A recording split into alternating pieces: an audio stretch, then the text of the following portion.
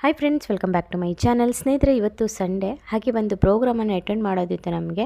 ಹಾಗಾಗಿ ರೆಡಿ ಆಗಿಬಿಟ್ಟು ಹೋಗ್ತಾ ಇದ್ದೀವಿ. ಮೈಸೂರಿಂದ 1 ಅವರ್ ಆಗುತ್ತೆ ಹೋಗೋಕ್ಕೆ. ಹಾಗಾಗಿ ಸ್ವಲ್ಪ ಬೇಗನೆ ಹೊರಟಿದ್ದೀವಿ.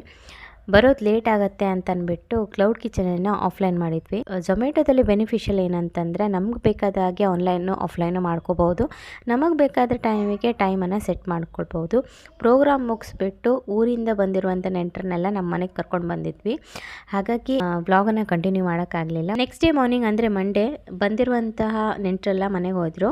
ಸೊ ಎಂದಿನಂತೆ ದಿನ ಸ್ಟಾರ್ಟ್ ಮಾಡಿದ್ದೀನಿ. ನಿನ್ನೆ ಕಿಚನ್ ಆಫ್ಲೈನ್ ಇತ್ತಲ್ವ, ಹಾಗಾಗಿ ಇವತ್ತು ಬೇಗ ಪ್ರಿಪ್ರೇಷನ್ ಮಾಡ್ಕೊಳ್ಳೋಣ ಅಂತ ಅಂದ್ಕೊಳ್ತಾ ಇದ್ದೆ.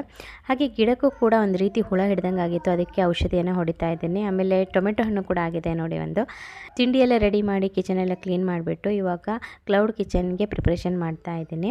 ಮಧ್ಯಾಹ್ನ ಆದರೂ ಒಂದು ಆರ್ಡರ್ ಕೂಡ ಬಂದಿರಲಿಲ್ಲ. ಹಾಗಾಗಿ ಊಟ ಮಾಡಿಬಿಟ್ಟು ರೆಸ್ಟ್ ತೆಗೆದುಕೊಳ್ಳೋಣ ಅಂತ ಹೋಗಿದ್ದೆ. ಅಷ್ಟರಲ್ಲೇ ಪಾರ್ಸೆಲ್ ಬಂತು ಒಂದು. ಅದರಲ್ಲಿ ಒಣ ದ್ರಾಕ್ಷಿ ಹಾಗೆ ರಸಗುಲ್ಲ ಇತ್ತು. ಸೊ ರಾತ್ರಿ ಕೂಡ ಒಂದು ಆರ್ಡರ್ ಬಂದಿಲ್ಲ ಇವತ್ತಿನ ವಿಡಿಯೋದಲ್ಲಿ ಇಷ್ಟೇ ಫ್ರೆಂಡ್ಸ್. ಸಿಗೋಣ ನೆಕ್ಸ್ಟ್ ವಿಡಿಯೋದಲ್ಲಿ. ಬಾಯ್.